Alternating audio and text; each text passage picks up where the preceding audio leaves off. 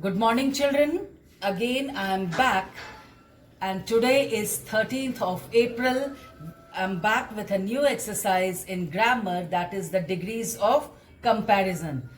I'm Subhadra Jha, and this lecture number 18 is for standard 7th children. I have taught you beforehand also, children, degrees of comparison, that there are 3 degrees of comparison, that is the positive degree, the comparative degree, and the superlative degree.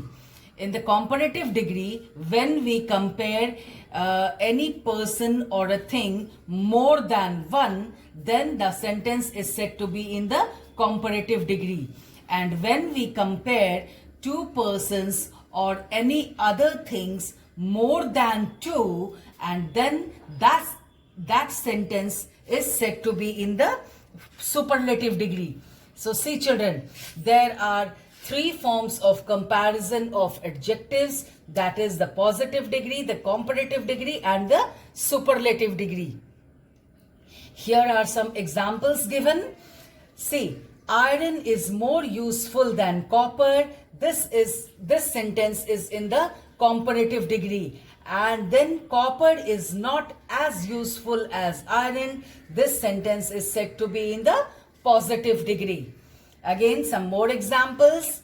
He is as wise as Solomon. This is in the positive degree. And Solomon is not wiser than he. This sentence is said to be in the comparative degree. So now let's see examples of superlative degree also, children. Shakuntala is the best Sanskrit plays. This is the superlative degree. And then the comparative degree, Shakuntala is better than any other Sanskrit plays. Comparative degree. And the positive degree, no other Sanskrit play is as good as Shakuntala. This is in the positive degree. So children, again, I have solved the exercises for you in the book C. All the exercises in this, change the degree of comparison without changing the meaning of the sentences. You have to change the degree, but you don't have to change the meaning of the sentence. Meaning should be absolutely same. See, I have solved exercises for you. See, look at the book carefully. Again, in the next page, children. Again, I have solved all the exercises for you. Now, in the second part of this exercise, underline the errors in these sentences. In these sentences, there are some errors. You should underline and then write the correct word for it. See, I have done it for you. In these 2 sentences, 6 and 7. See, there are errors, so I have crossed it out. See, the solved exercises. Again, in the next page, children.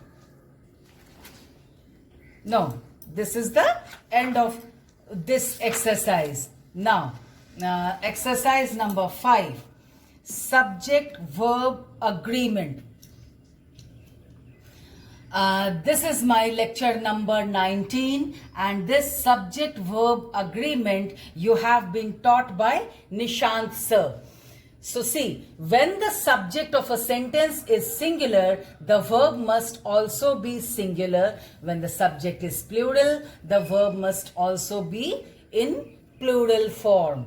Okay? See, there are several examples given, and I have solved these exercises for you also.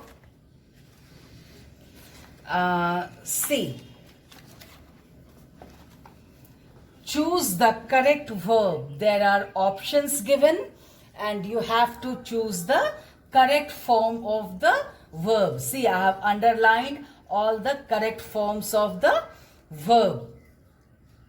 You can see, because I have solved this exercises in the book, so I have used a pencil, not pen. You should also use pencil while solving exercises in the book.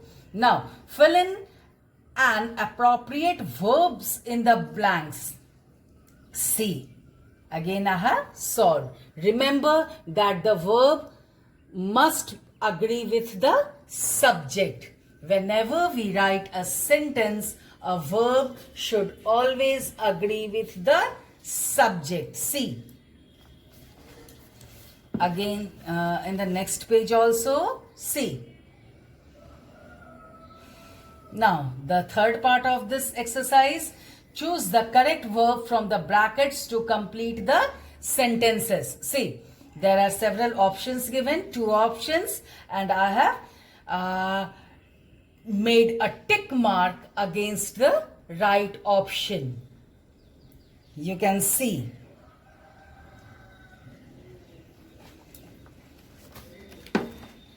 Again, I'll turn the page of this exercise. See,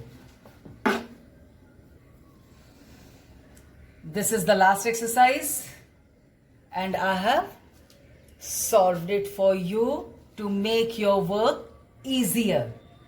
See,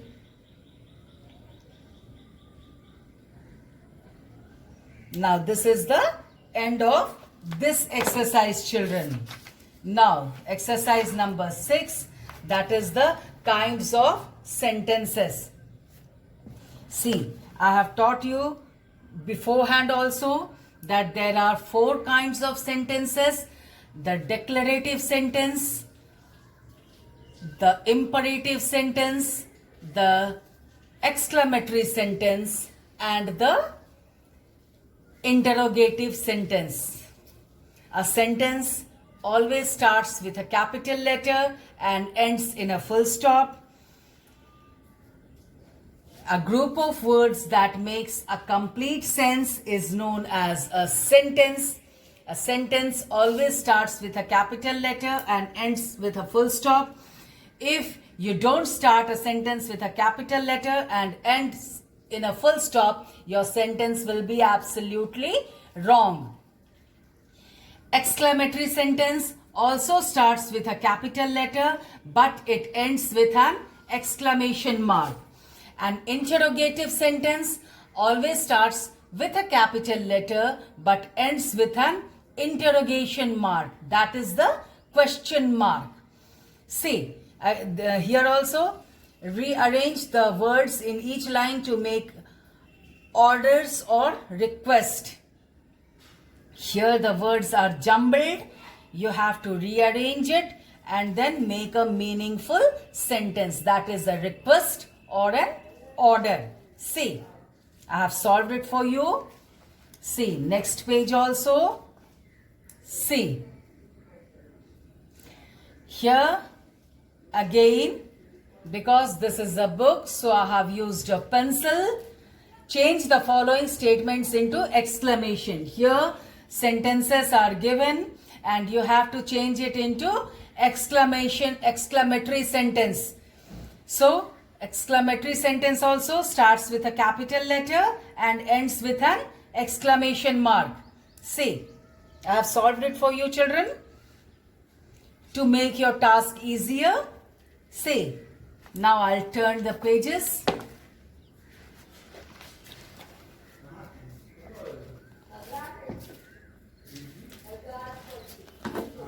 See, here also, children, I have solved for you. Now the third part, the following questions are written incorrectly. See, here the questions are written incorrectly, means the sentences the writer has written is absolutely wrong. You have to correct each sentence, each question. See, यहाँ सारे answers दिए हुए हैं और जो question writer ने लिखा है वो गलत लिखा है. सॉरी, आंसर्स नहीं दिए हैं. यहाँ जो क्वेश्चन उन्होंने लिखा है वो गलत लिखा है. आपको वो क्वेश्चन करेक्ट करके लिखने हैं. सी, I have written correctly. The writer has written wrong and I have corrected it. See this page also.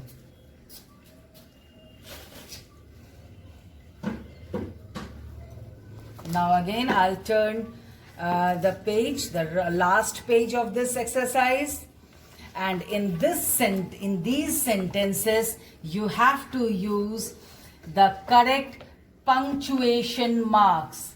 See, here no punctuation mark is inserted. You have to insert the correct punctuation marks. That is the capital letter, the full stop, commas, inverted commas, and so on. See.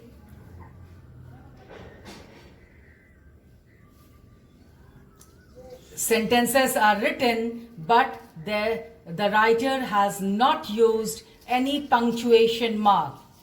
See, I have done it.